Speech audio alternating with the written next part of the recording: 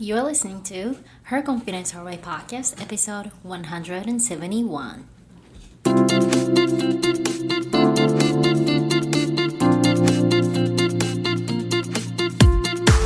Welcome to Her Confidence Her Way podcast, a place to talk about leveling up your work life, creating meaningful work, and living the life that you always wanted. Hey girlfriends, I am your host, Emiko Rasmussen. 15 plus years of corporate career woman turned into an entrepreneur who now coaches hundreds of Japanese career-minded women, helping them to unlock their potentials and build unshakable self-confidence. I will tell you the truth. It isn't an easy journey. I mean, if it is that easy, then everyone is living their dream life already. If you're ready to do the work, let's hang out right here, right now. Hey girlfriends, how are you doing? And thank you so very much for listening to Her Confidence Her Way podcast. 皆さんこんにちは、コーチエミです。今日もこのエピソードを聞いてくれてどうもありがとうございます。This episode is gonna be all in English, so you're gonna have fun because this conversation, I've been wanting to share this interview, so I am so excited to share. But before that, let's do a listener shout out. Today's listener shout out goes to one of my students, Lina. Lina was also one of my podcast episode guests, and she was on episode 137. So if you want to listen to her story, which is really, really, really amazing. I mean, I feel like I don't have to say that, right? All of the women are super amazing. Anyway, so I wanted to say that I am so honored that I get to work with you, and what you have been creating is wonderful, and I know that you're touching a lot of people's lives already, and you are about to just take your business to your next level. So I am super excited for you. Okay, so are you ready for today's guest? Oh my gosh, you guys, I get to do an interview episode with my favorite English teacher from high school. Yes, high school teacher. And she was an English teacher from England. And oh my gosh, like you hear this whole entire time, my excitement is like real. It's so amazing that I get to be connected with Jackie, and we get to have a grown-up conversation. It's so funny. And yes, like I said earlier, this episode is going to be, or the interview is all in English. If you are a English learner, you should definitely stick to listen to this, because we talked about the language and how challenging it is to learn the language and the culture and how we can overcome that. And of course, we didn't just talk about the English learning. Obviously, we talked so many great things. And I just loved how we're so connected and we share the same value. It's so funny. Back then I was 17, and I didn't know that she was 22. So we were really young both. To this grown-up conversation that we get to have is just amazing. So I want you to really enjoy this. You are gonna find so many things that you can apply to your lives and to your life, and to improve yourself, to better yourself. So without further ado, please enjoy my conversation with Jackie.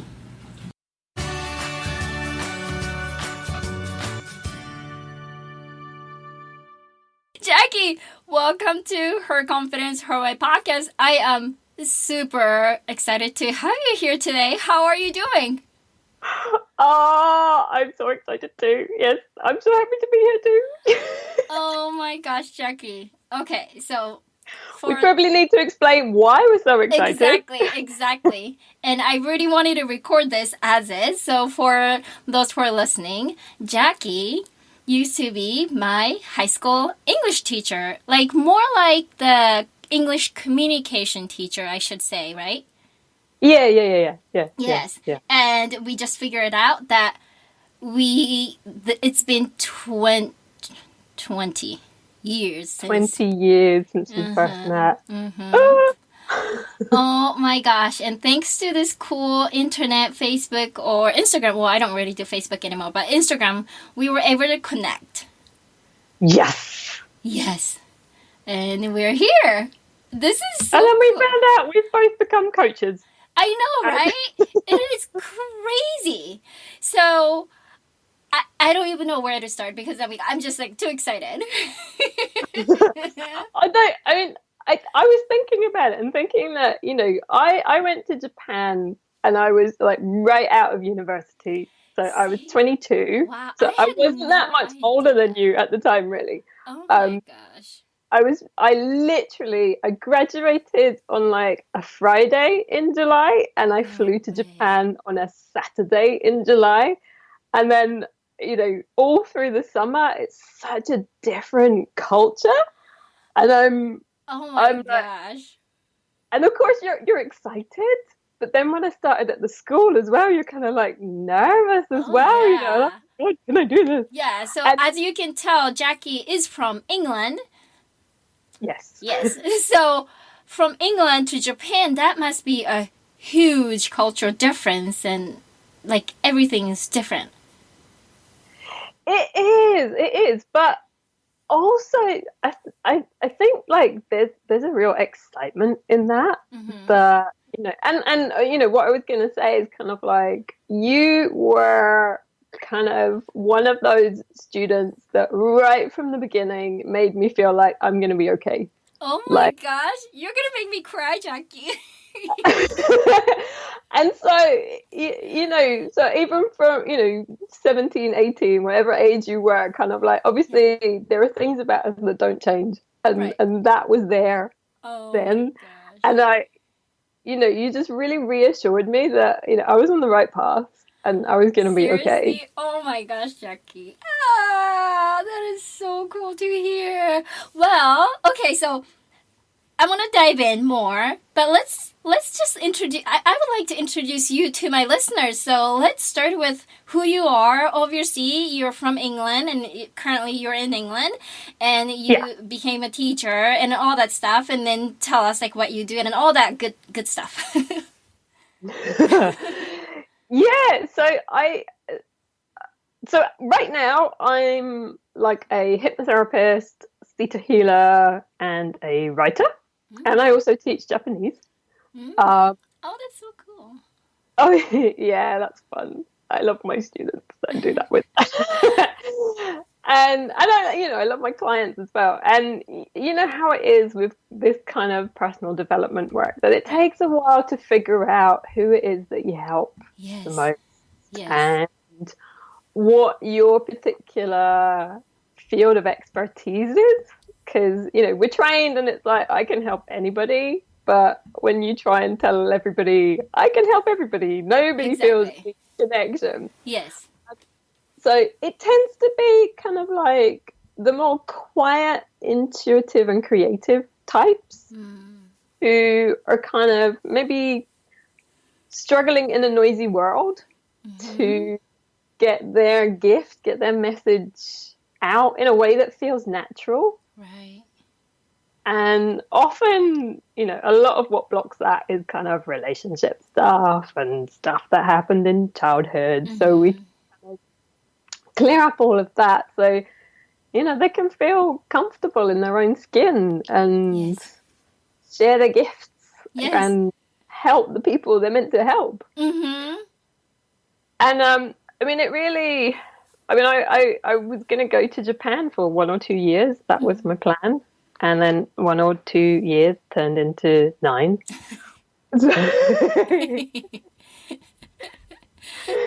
As these things happen sometime. And while I was there, I had a breakdown.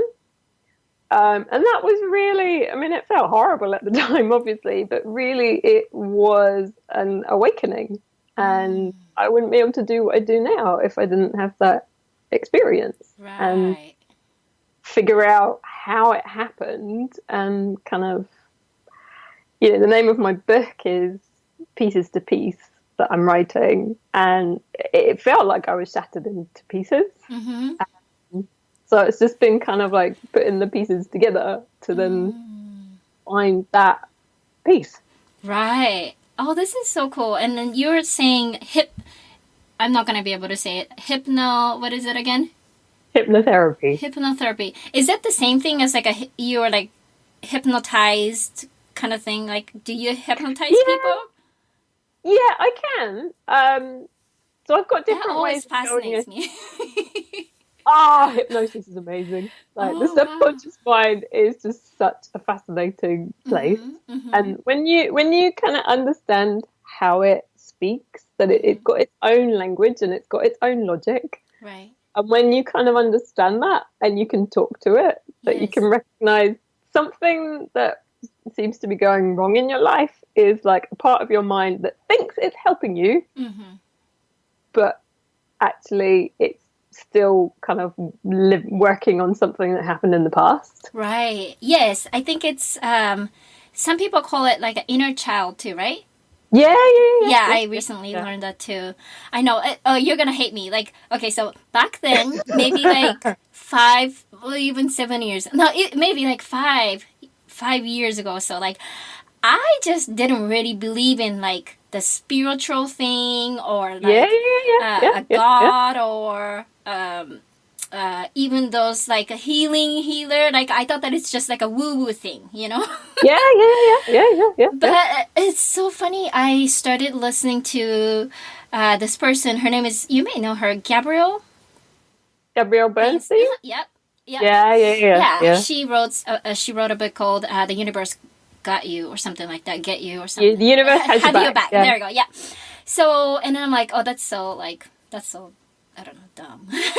Thinking back then that's how I started. But then I think back then I was resisting, or I wasn't really being true to myself, or no, I don't need this woo-woo help. Get to the point, like, I gotta just do the hard work. That's what I was thinking. So I was resisting.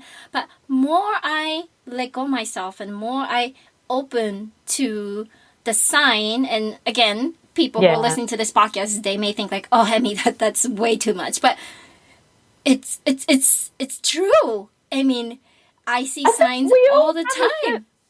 Because I mean, even in the Japanese language, like you say "en," don't you? En? Like there's "en" between people.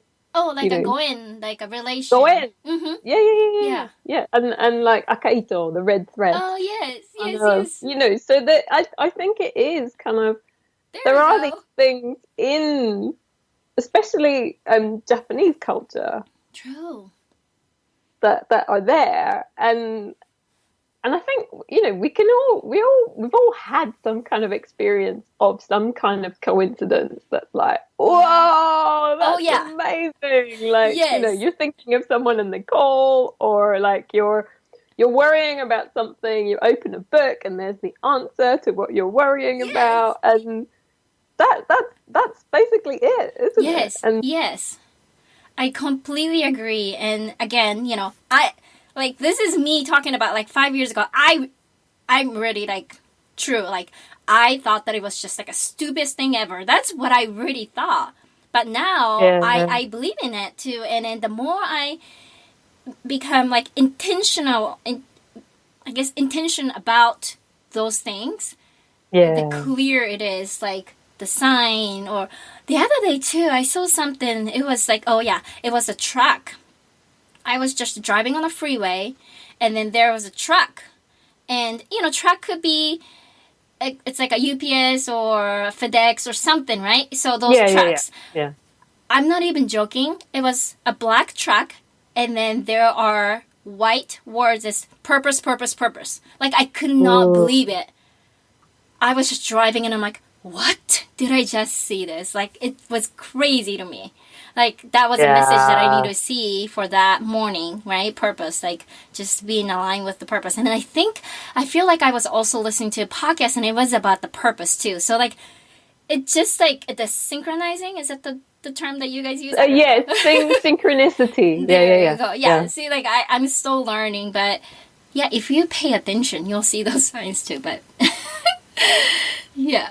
And that, and that's kind of like the principle that I use. Like, often I'll use oracle cards. Okay.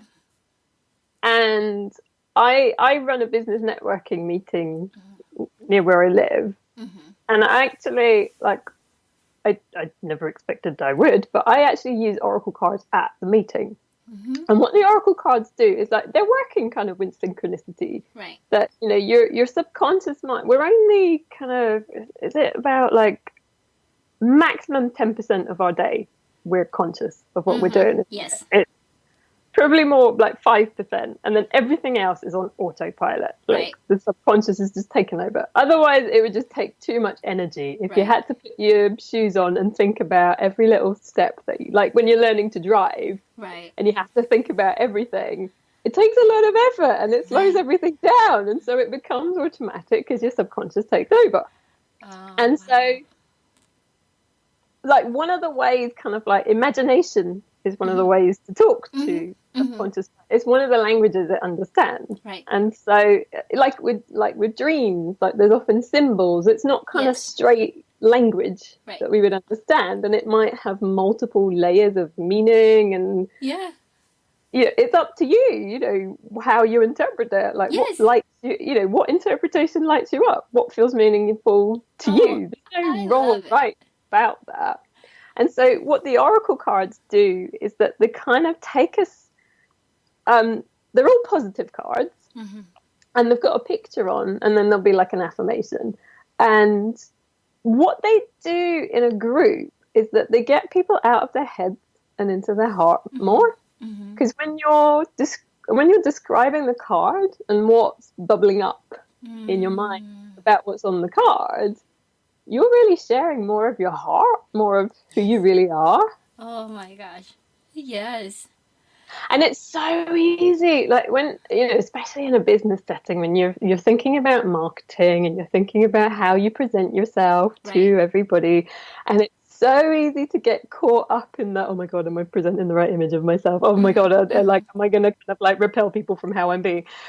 It's so easy to get caught up into that, and it's like kind of speaking from that. I suppose it's kind of, you know, a more childlike part that's kind of playing with the images and the pictures, that, you know, it creates more connection with people. And then you don't have to worry so much about the super professional image that I have. And, you know, helps you be more real and authentic when you're coming from that place, if that makes sense. We're doing adult conversation. Like, I'm pretty sure when I was back in, 17 or 18, I wouldn't be able to have a conversation like this. No, neither could I. Well, because you were 20, what you said you were 22? 22. I had no idea how young you were. Oh yeah, I wasn't that much older than you. That's crazy. I know, I was very young and naive. Yes. Right. So obviously back then you didn't know anything about the oracle card or. Oh God, no! I thought, yeah, I was practically atheist. Oh. I was brought up Catholic, right? And I later realised how confused I was about kind of, you know, like in school you learn about. So I went to a Catholic school and we had to learn like religious studies, right? And we had to go to mass, and stuff like that. But you go to your science lesson and you're taught that you have to question everything and you can't say anything unless you've got evidence for it. Yeah. You go to your history lesson and you're taught to question things from the past and consider the sources. And then you go to mass and there's a book and nobody questions it. And everything that you've learned kind of goes out the window. And I think my mind was just like, this doesn't make any sense. Like, how do I? Oh my gosh. So I just like shut down and was like, no, there's nothing in it. And so, yeah, it was kind of like that experience of, because like Japanese spiritual beliefs are quite kind of open, and interesting. You can kind of believe what you want, really, can't you? You know, a little bit of Shintoism, a little bit of Buddhism. Some people might have a little bit of Christianity. Right. And in that environment where I could learn about stuff and question it and explore it, yeah, that kind of helped open me up spiritually. And it's interesting actually because I was thinking while you were talking about it, I didn't believe in any of it. Yeah. I was I was the same. Oh, I'm so glad to hear. Thank you. And when I went through my breakdown, I just had this sense that even though my mind was doing crazy things, I just felt that everything was going to be okay. There was like this presence, something that was with me that was like, this is okay. You're going to understand. Yeah. And that's kind of what's kept me going. So that's why I believe like a personal experience. And I think it's very difficult when somebody else tells you, like no one can tell you what to believe because it's such a personal experience, isn't it? It comes from the inside. Right. Yeah, there's absolutely no way I could have talked about that when I was 22. Well, then let's go back to that, you know, when you were 22 and then I was 17-ish, 18, 17. What made you decide to come to Japan? I like to always ask this question whenever people are, you know, coming from a different country.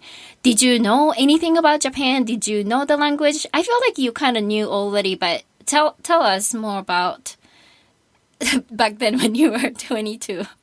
So that was 2000 that I went to Japan. And then in about 1990, my dad had visited Japan. And he was quite fascinated by it. So he played the bagpipes and he was there at some department stores playing the bagpipes. And you know, he traveled to like a few countries, but there was something about Japan that was just different. And he came back and he had you know, I just remember like the table in the lounge like covered in presents from Japan. Yeah.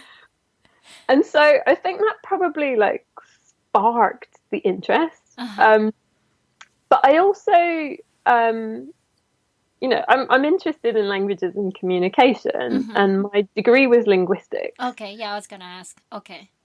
Yeah, so my plan was to be a speech and language therapist. So my plan was that I graduated from my linguistics degree. I was going to go and have 2 years in Japan, and then I was going to come back to the UK and do my speech and language therapy training. And I'd always wanted to be able to speak a language fluently, but didn't really think that I could. And actually, alongside my linguistics degree, I thought about doing Japanese, but my director of studies kind of went, ooh, Japanese, that's difficult. And, you know, being a lazy student, I was like, okay, well, I'm not going to do that then. So I heard that if you speak English, the Scandinavian languages are really easy. So I randomly thought, okay, which one sounds the most outrageous? Norwegian. Swedish sounds kind of normal. Danish sounds kind of normal. Norwegian just sounds really out there. I'm going to choose Norwegian. Yeah. So I studied Norwegian for 2 years. And then in Europe, it's coming to an end now with Brexit, but we have this university exchange program called Erasmus. And I had some time at a Norwegian university. I didn't use any of the Norwegian that I learned because they all speak English so well. There was absolutely no point in learning Norwegian. Other than being able to say I studied Norwegian, and it's just sounds cool.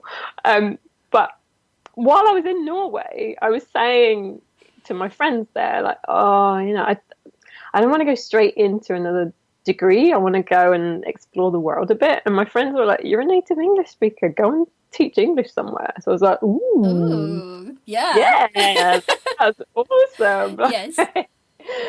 Travel and get paid. Awesome. Let's do that. And then when I got back to my university, which was Edinburgh University, someone told me about the Japan Exchange Teaching Program. And I was like, ooh, that sounds good. And it was just one of those things where everything aligned. Like I was absolutely the perfect candidate for it because of my linguistics degree, because I'd lived abroad, and they wanted to make sure that someone, was capable of living abroad and not want to come back within a month. Right. And it fitted with my career plans. I understood grammar because of my linguistics degree, and as synchronicity would have it, even though I didn't really believe it at the time, the day before my interview, actually, I was doing a psycholinguistics project, and my partner ended up being a Japanese lady.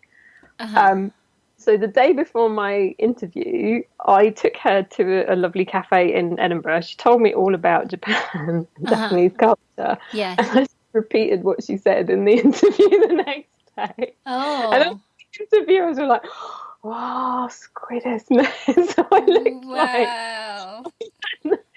looked like I'd done all this research when really I just had a chat with someone the day before.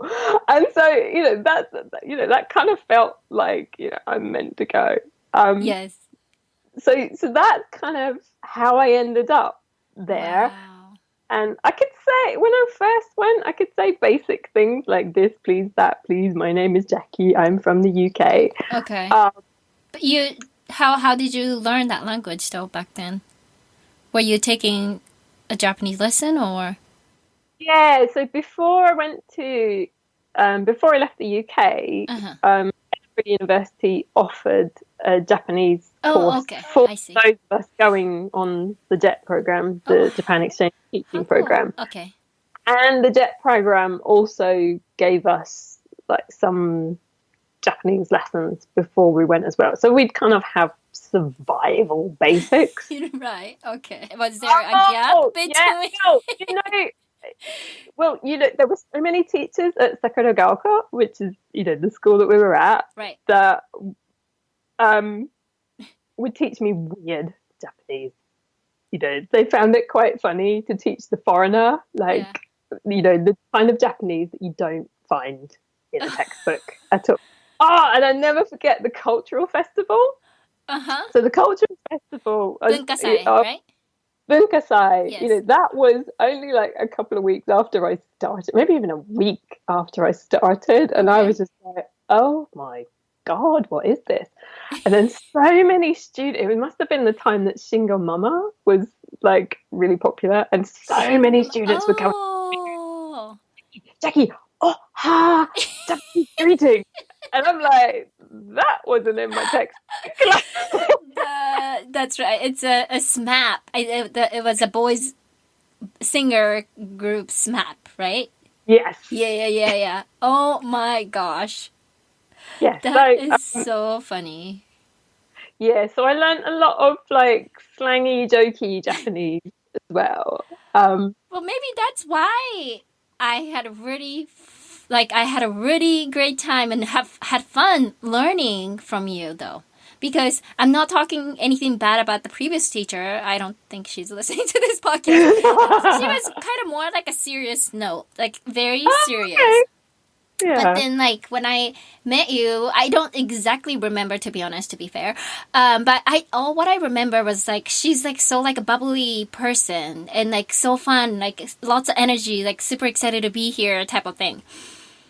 And, yeah, that's how I was, yeah. Okay, well, that's good. That's good. And I was literally, that was the best subject that I enjoy learning. Anything else was no. Even the English regular, reading classes, or I think there was only one English class where, you learn the grammar and the... Oh, yeah. Yeah, the teacher was... Oh, my gosh. They really help you to speak. No, that did... But don't help me to communicate or even want to engage with English. Seriously, every single time that English teacher opened her mouth, I would just fall asleep because the way she talked. Oh, man. And then you came to Jackie's class. Yeah, and then whenever I go to Jackie's class, it was so much fun. But I want to know, were you surprised? Because I'm 100% sure, our English was just not there yet. Was it difficult for you to teach us? Because, back then for my generation, we didn't, the only native speaker like lesson that I would have is from you, which is like, I think only once or maybe twice a week. I don't even remember. Yeah. Yeah. No, I don't remember it being hard at Okay. all. Uh-huh. No, and I think what it is kind of, it's when you go beyond the language and you actually want to know the person and you want to connect with them and you're curious about the conversation that you're having. And then it doesn't matter about how that conversation comes about. Like, that's so important. If it's, a little bit off, but you understand what that person's trying to say, then it doesn't matter. Oh, I think, great. and then if there is any kind of part where you're like, I don't understand, then you can just look it through and go like, I don't even know how I would communicate it with you back then. Like, I can't remember. I felt like, I don't know, everybody told me that my English is so good. Like, oh, I mean, like, you can speak English so well, blah, blah, blah. Right? And then, like, I went to the United States and I thought that, I can do this. And no, it was just the complete opposite.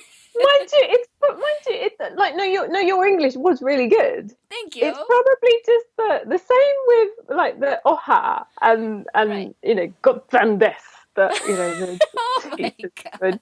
Yeah, all of that kind of stuff. And there's so many idioms as well, isn't there? Oh, yes, for sure. And yeah, that's just what makes language that much more complicated. That when you start taking things literally, and also, native speakers speak really fast and everything's connected up, and it takes your ears a bit of time to get used to kind of, how do I divide up this speech to be able to make out the words that are in it. It's but I mean, one of the things that we did at university was study child language, and really, it's incredible how kids learn language. Like, it's just sounds in the air. Right. The ears are picking up. Yeah. And eventually they can make out words, they can make out grammar rules. Right. And they gradually build their own way through the language. And it's miraculous how it happens. Oh, I love it. Yeah, that is so true. And I love the way how you said, we learn from the sound. And it's so funny. So many of my, friend back then, after I graduated, I was dating with someone who was in the Navy. And, his friends and all. Did you know? Did I tell you about that? I don't remember. But anyways, right? So all those, like, people in the Navy, they're all Americans, and they would ask me a question: why do you speak British English? I obviously don't have that. Like, I'm all the way into like Cali style, so I definitely don't have that. But back then, because I was learning English from Ruth and you, and that's the only sound that I've heard from the native speakers. Yeah. Because when I was in Japan, actually, so 2007, I started working at Shichida Child Academy. What is that? And Child Academy. It's like, so right brain. We kind of call it right brain activation. Yes. Uno-sana. Yep, got it. Yes. Oh, well, really, it's whole brain education. And head office, because they knew I was British, they wanted to check what my accent was like before they would let me work there. Oh. Because there's something about the sounds of American English are kind of closer to Japanese, or there's something like that. Okay. And so they wanted to check that my English wasn't too far away from the, like, I guess, like the CDs that they were going to give out to the kids. So So their English was the American English that they were learning? yeah, Okay. yeah. So yeah, it's That's interesting. interesting. Wow. Well, I certainly love to hear, I mean, certainly love hearing the British English though. I especially do you know the book Peppa Pig? Oh yeah, yeah. Okay. We've got Peppa Pig World is near here. Oh yes, I've seen it on YouTube. Well, not I personally. My kids were watching it. Okay, so Peppa Pig is huge. I'm assuming in Britain, in England. Oh yeah, Okay, so yeah. it's like a Hello Kitty, like a Kitty-chan in Japan, maybe Yeah, like a yeah, cereal. yeah, yeah, Okay, yeah. all right. So I just whenever I well we have several books of Peppa Pig. Whenever I read that book, I swear like the way how I read is exactly the way how the Peppa Pig talks. Like, Mommy Pig. And I love reading that way. So whenever I do this, Daddy Pig said da da da da. Oh, I love it. Yeah. So I try to do the British accent a little bit, but it's just so cool. I love that. Yeah, we brainwashed you with Yeah. English. Yeah, and it's kind of sad that I don't have a British accent anymore. But wow, so You don't have a strong American accent, though, I do you? don't, I don't. Well, I mean, Well, I don't think English is my so. second language, so obviously I have that Japanese accent too, here and there. Yeah. But it's not. No, I like that you've actually preserved a lot of like the Japanese accent to it, so that you're like like it's very clear Oh, English, but it yeah. keeps your heritage in there Yes, as well. exactly. Yeah, I hated it whenever, I sound like I'm. Well, English is a second language, and it was kind of embarrassing for a long time.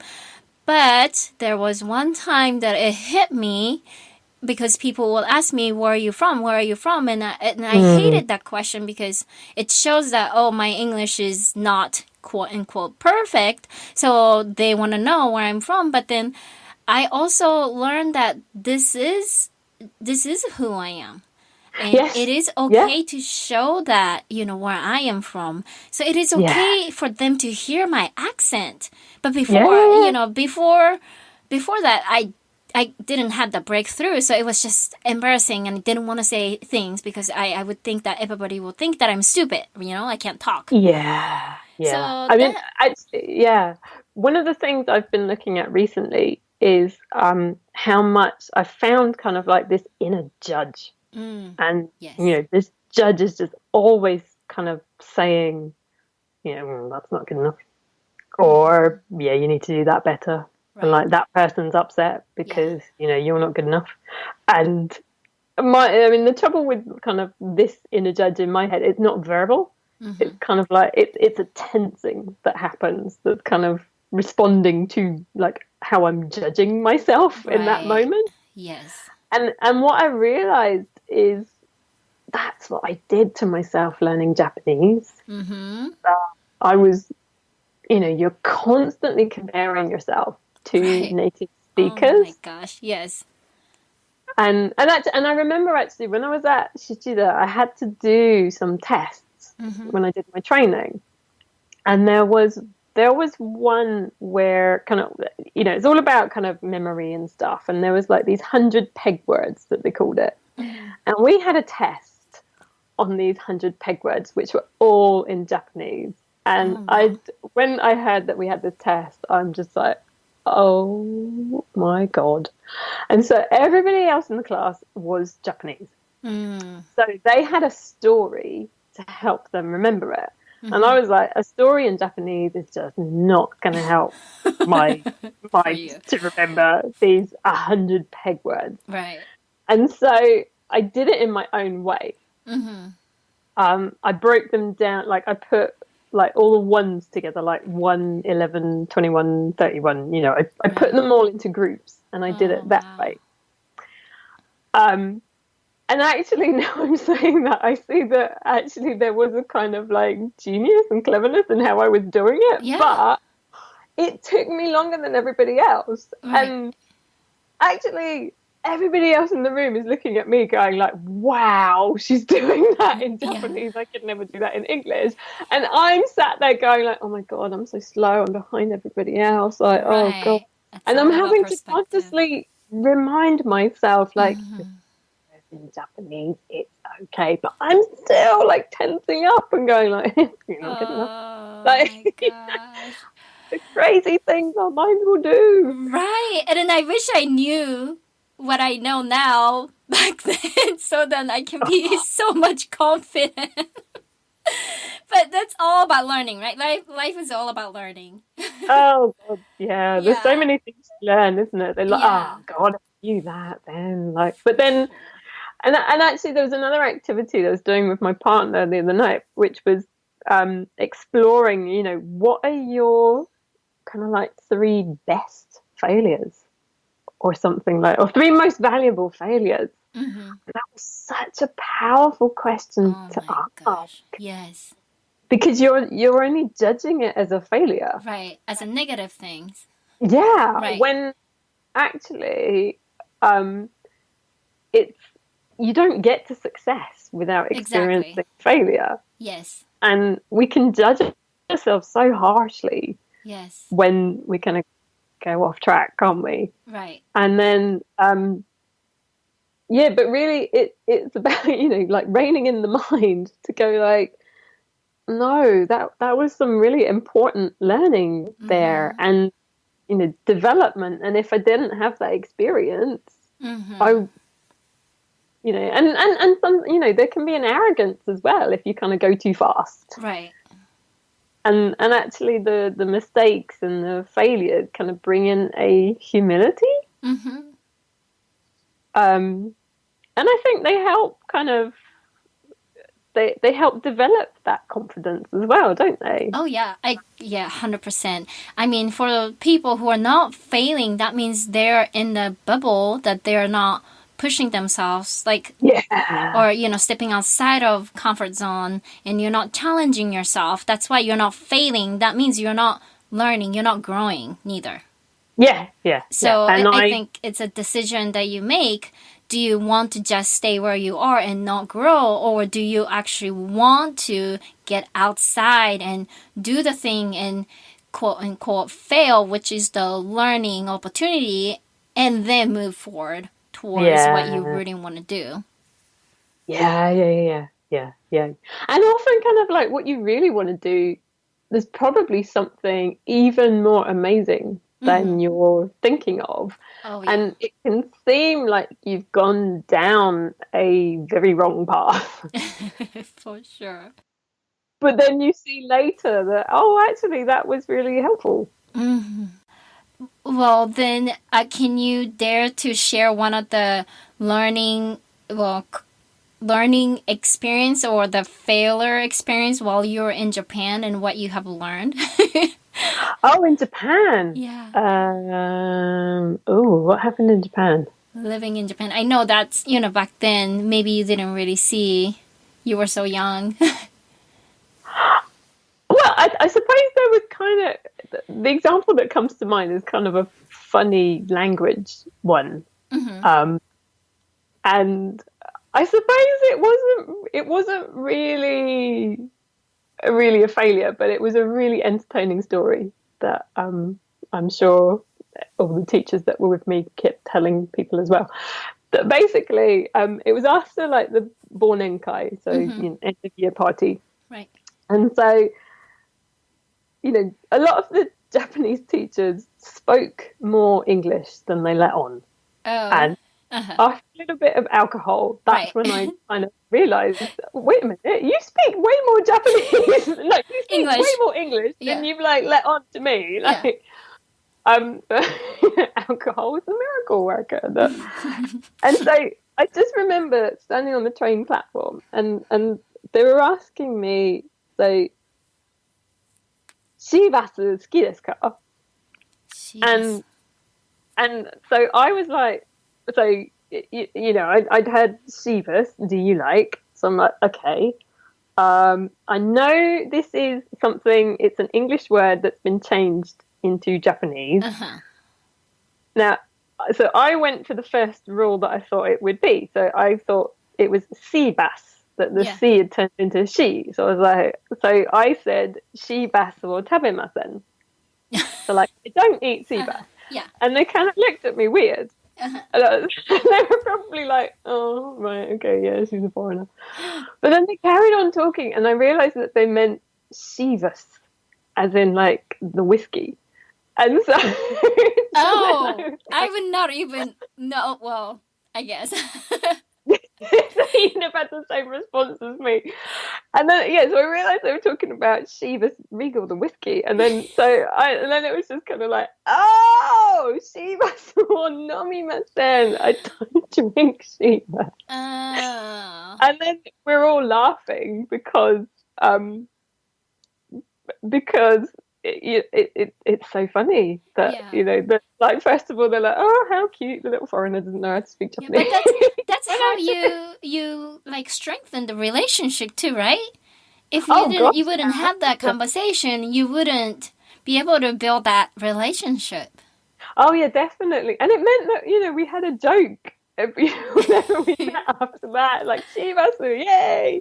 Oh, that's good. Well, I think we all should learn that too. I think we are all, especially for us English learners, we were all scared about making mistakes and say something funny or too embarrassed or trying to speak this perfect English. But we do need that opportunity, so that way not only you're learning what the right meaning was, but also this is also a great opportunity to build a relationship as well.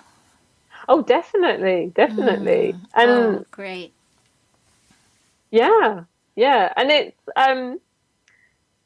And it's good. I mean, there are people that judge, and there are people that will correct you, and that can be annoying. But the people that correct you, I'm pretty sure that they don't speak a foreign language themselves. Right. And so they've never gone through the vulnerability of trying it and trying to communicate something, and sometimes failing, and sometimes making yourself look stupid because you've said something with a completely different meaning, or so it's kind of letting go of, like, if someone does judge you, that's their problem. It's I love it. Yeah, say that again.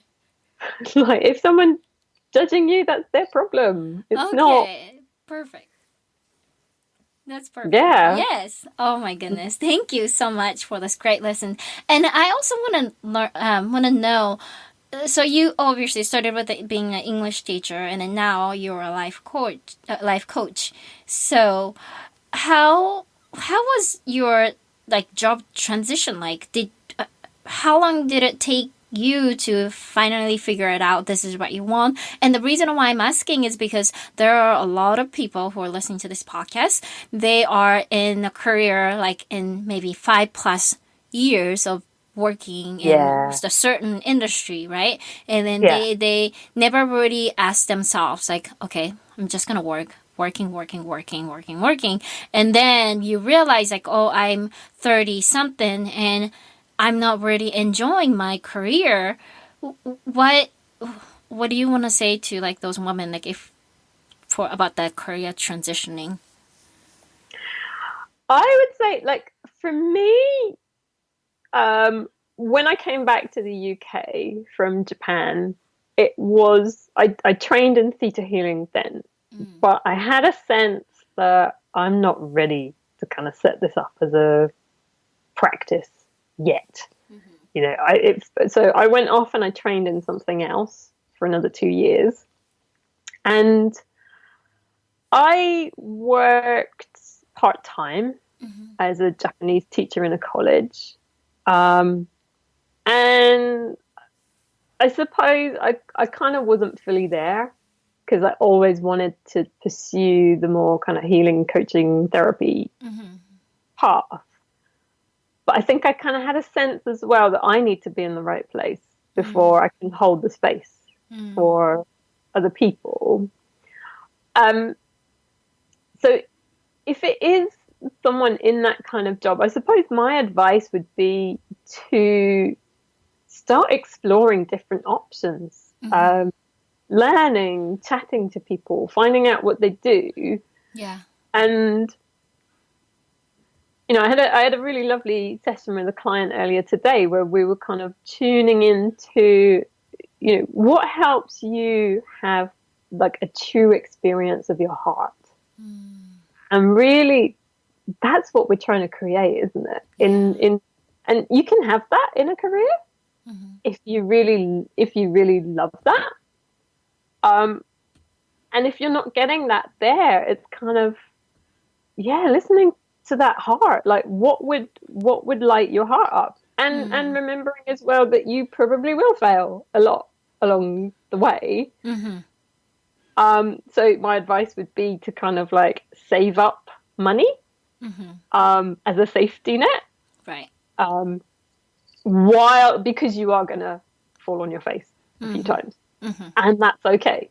Right. Because it gives you not just like the learning, but it gives you empathy as well for the journey. And often I think as well, it's like you have to go to somewhere that you're really afraid of. Right. To kind of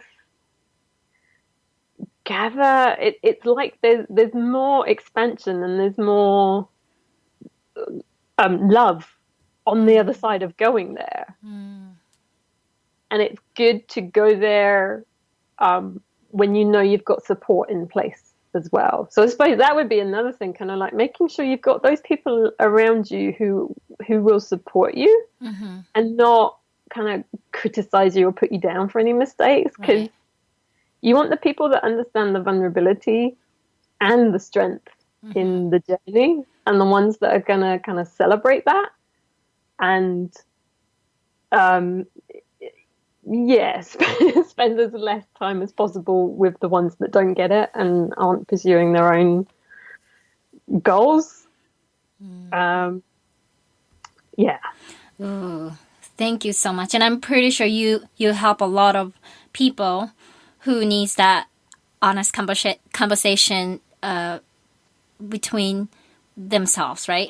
I'm assuming, to help them. Yes, I do make people stop lying to themselves and be truthful and safely go to the places that are maybe a little bit scary. Right. And then realize that actually once you go there, it's fine. Awesome. That's amazing. So for those who are listening and who are interested in more about what Jackie does, you can definitely connect with Jackie on Instagram. Is that the best way? Yeah, I'm on Instagram. Okay. Actually, my Facebook is probably the best way. Oh, so Facebook. I'm Intuitive Jackie. Intuitive Jackie. Okay, I'll definitely paste it in the show note as well. So I'm gonna ask you a quick rapid her confidence, her way power questions. Are you ready? Okay. All right. The first question is, how would you define your own self-confidence, and how are you building your own? Ooh, I would define my own self-confidence when I am like being authentically who I am. And it's when I'm trying to be somebody else, or I've kind of slipped into fear and I'm putting up a mask, that's when I'm not really confident. Got it. So what do you do in terms of like, how are you making sure that you're always being true to yourself or being authentic to yourself? What is there specific things that you do? Like, do you like journal in the morning, or like is there specific activity? Yeah, I do lots of journaling and writing. I just try to be as honest with myself as possible about what I'm thinking and feeling and dealing with. Right. And so I'm not. Yeah, I mean, I wouldn't say that I do it 100% of the time. But I gradually get better, and it's gradually more of the time that I do it. But it's important to make that time to do the check-in with yourself. Yes. Yeah, perfect. Yes, it is that check-in with yourself. Perfect. Yeah. So what is your gifted talent and how are you using it? I suppose my gift of talent is that I think it's the space that I hold for Ooh. people, Mm-hmm. both when they work one-to-one with me and the networking group that I run. That I've worked very hard on developing compassion. Uh, Mm. that I will always try to understand what's underneath behavior. Mm-hmm. And so in when you're in a safe space and you know that you're kind of with a mind that will seek to understand rather than criticize Mm. doing, um, it's like the heart can open Ooh. and it's easier to kind of get through some of the trickier things in life Right. when you're in that kind of space. So I think it is, yeah, that compassionate space that I hold. I love it. Maybe that's why I was able to get connect with you so much like deeper. Even back then, maybe you didn't realize that was your gifted talent, I'm assuming. Yeah, I definitely wouldn't have thought that's what I was doing at that time, but Yeah, for sure. Okay, I think so I'm a bit annoyed that like I worked really hard on that. Did I already have it? Like, yeah, because a gifted talent is normally it's something that you already have that you don't even realize. So yeah, there you go. yeah. Okay, so the next question, personal development is a necessary, it's an essential key to our success. What do you do to grow yourself? Ooh, so for me, ooh, I kind of never stopped doing it. I suppose I would label it more as kind of self-discovery, that I'm Yes. constantly finding my edges and finding kind of like if things aren't kind of flowing or if I'm feeling stuck Mm-hmm. or if like a relationships aren't working, Mm-hmm. I'm kind of tuning in to see, how's my body reacting to what's going on? What kind of thoughts have I got? What is going on the inside, Mm-hmm. and love to whatever that is, so that Mm-hmm. I can kind of welcome it back rather than kind of having it as a lost piece of myself. Right. Ooh, I love it. That's so Yeah. beautiful. And my another question is, what does it mean to you to live a bold life? Ooh. I think living a bold life is having the courage to be vulnerable. And I love it because people think the opposite normally. So thank you for going that direction. yeah, Yes. yeah, there's more courage in the vulnerability than in bravado. Yeah. For sure, for sure. Oh my gosh, I love it. So this is my last question. What would you like to say to women who are listening to this podcast who are, wanting to live fearlessly and elevate their career and their business? Ooh, I suppose getting to the fearlessly means like developing a relationship with fear. Mm, Developing like, fear is there for a reason. right. There's a survival aspect to it, and Mm-hmm. there's a gentle kind of it's constantly watching what's going on around you to Yes. help you react if you need to. Right. And so I don't think it's about ever getting rid of fear, Mm-hmm. but it's learning to kind of build a relationship with it as an ally I rather love it. than an enemy. Mm-hmm. Yes. Oh my goodness. This is so powerful. And thank you so much, Jackie, for everything. Oh, no, thank you. Like, our conversation is so much, like I said it earlier, but like, so, like, up level now. I suppose you probably don't get many podcasts, which is like, a student and teacher from years ago Yes. reunited and like. Yes. Oh, and then like a side note, it's funny. How many years ago now? Oof, it's been for a while, maybe 2 or 3 years ago. I just happened to meet someone who used to go to Sakura Gaoka High School at my Really? daughter's school. I'm Oh not my even God. joking. Yeah, her name is Hiromi, and then Hiromi said that she remembers you too. Oh my God. Hello, So Hiromi. yeah, it's crazy. We were just, and then we quickly knew that she's from Japan and from Yokohama, blah blah blah, and we had a little play date, and we're talking about, oh yeah, we know this Sakura or the Sotetsen, the station, blah blah blah. Yeah. Oh well, I went to this high school, and she's like, no way. And I'm Oh like, my what? God. She's like, I did go. And then she's 2 years younger than me. So I was in the third grade when she was in the first grade.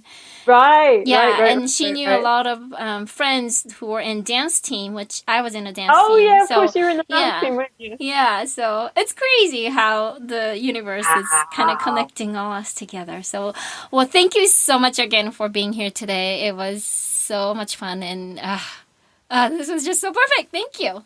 I know. I can't wait to share it with people as well. Like, Yes. Well, have a lovely day. thank you, and you too. Thank And you. yes, let's chat again soon. There you have it. I hope you had enjoyed my conversation with Jackie. How was it? What do you think? It is so funny how we started as talking about the spiritual thing and how I didn't believe, and it's true. I'm open about it. I told multiple times about how I didn't really believe in anything about the sign, the universe, and all that stuff. It's just like a woo-woo. Like literally, I thought that it was stupid things, but now I really believe it. And Jackie also mentioned about the oracle cards, which I have never tried and I don't know much about it. So if you want to learn more, you should definitely reach out to her. Or if you don't speak English well, I'm pretty sure you can find more women who are doing this, because I know I've heard of it. And I just don't know much about it. And let's see, we have talked a lot, and I have learned a lot from her. One of the questions or the part that she talked about, she was talking about what is your powerful failure. So we talked about the failure, but we don't really see whatever the things as a failure. Wow, this word is so hard to pronounce. Failure. And it's the same thing for me. I have made so many, I guess, quote unquote mistakes, or like failure. I can't talk failure. But I don't really see that. I never really thought that, oh man, I failed, or I didn't get the success I wanted, because I needed, in order for me to get to where I'm at, I needed to go through all that. Obviously, there are certain things that you can avoid, so that you have a coach, you have a mentor, right? But if you don't have that, you just have to go through and learn from your own mistakes. And you never say the mistakes, but it's okay to make mistakes, and you just learn from there. Let's see, what else important? Oh yeah, okay. Oh man, I loved what she said about, if someone is judging you, that is their problem. Oof, preach it.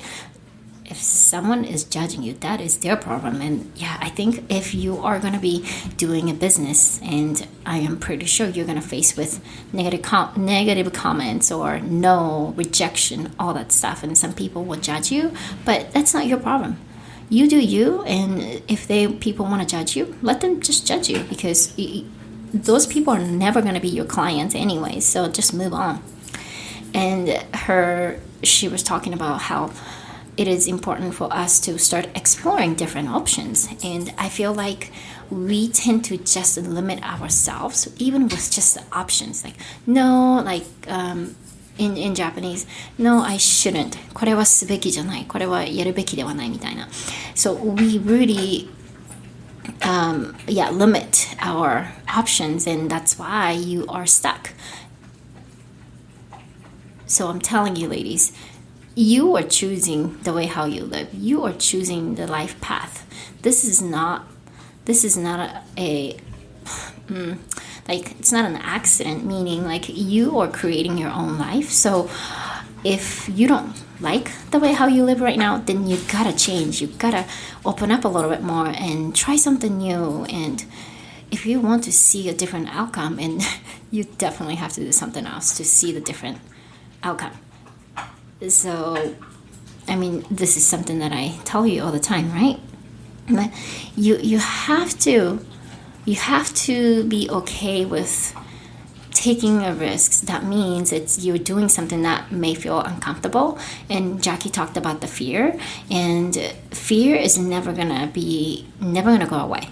You gotta learn how to dance. So she said we should develop a relationship with our fears, because fear is there for a reason. And I completely agree, because there are some times that I feel fearful, and maybe it's about, I'm about to die or something or whatever. Then yeah, it's a good sign, because the fear is telling me like that's dangerous. But there is also a false alert of fear. That is, your brain is telling you like, no, people are gonna hate you. You're not gonna be successful, so don't do it. So there is that fear that you need to ignore and overcome. So you gotta learn how to deal with your own fears, because no one will help you on that one. If you have a coach, mentor, they can help you, but you have to navigate. You are gonna be the one who has to really fight, right? All the coaches, the mentors, we're here to support you and help you see a different options, or maybe some suggestions if they have. But you are the one who has to actually do the work, do the hard work. Okay? And lastly, I loved the question that she talked about. What will lit your heart up? And this is connected to your passion, right? What will lit your heart up? What is going to excite you? Let you just do the thing that you want to do, because life is too short. And you guys know this story, but there's no promise that you get to live a life tomorrow. There's no promise, I'm telling you.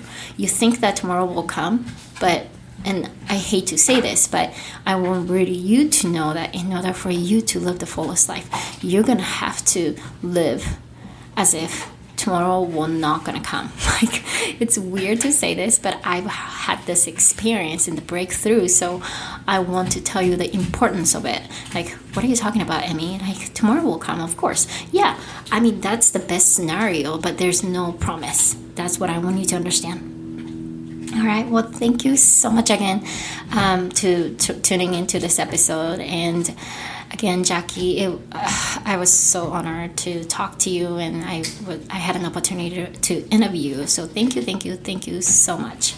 And before I let you go, remember I have a free 3 days workshop that's coming up, Work-Life Revolution. So if you listen to this episode and realize like, oh my gosh, I gotta do something, you gotta attend, you gotta do something, right? Different.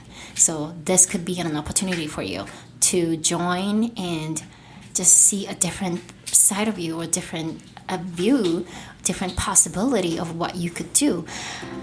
In order for you to sign up, if you are already subscribed to my newsletter, then you can sign up from there. The email will go out this week. And if you are following me on Instagram, if you haven't, please follow me, because I share lots of amazing stories about life and work. Okay, so you can click on, it's not really click, you can tap on the bio link, and you can find the Work-Life Revolution workshop. It's so hard to talk. And let's see. And yeah, if you are in my Facebook community, Sisterhood Community group, then you can find the post there too. So there are so many ways that you can register. So make sure you sign up. All right. Thank you so much for listening to this episode. Remember, you are already enough. And you know that there is something inside of you, who's telling you like, hey, it's time. Or your heart is telling you like, maybe this isn't the only way to live. Listen to that, because your heart is probably right. Don't listen to your brain because the brain will trick you. So listen to your heart. And guess what? You don't have to do this all by yourself. I got you. If you need my help, just reach out, DM me, whatever you can do to connect with me and join the Facebook group because there are so many amazing women helping you and we're moving forward together. We got this. Alright, it's recording. Alright. Jackie, welcome to Her Confidence, let's do it one more time. I'm too excited. Okay, let's one more time.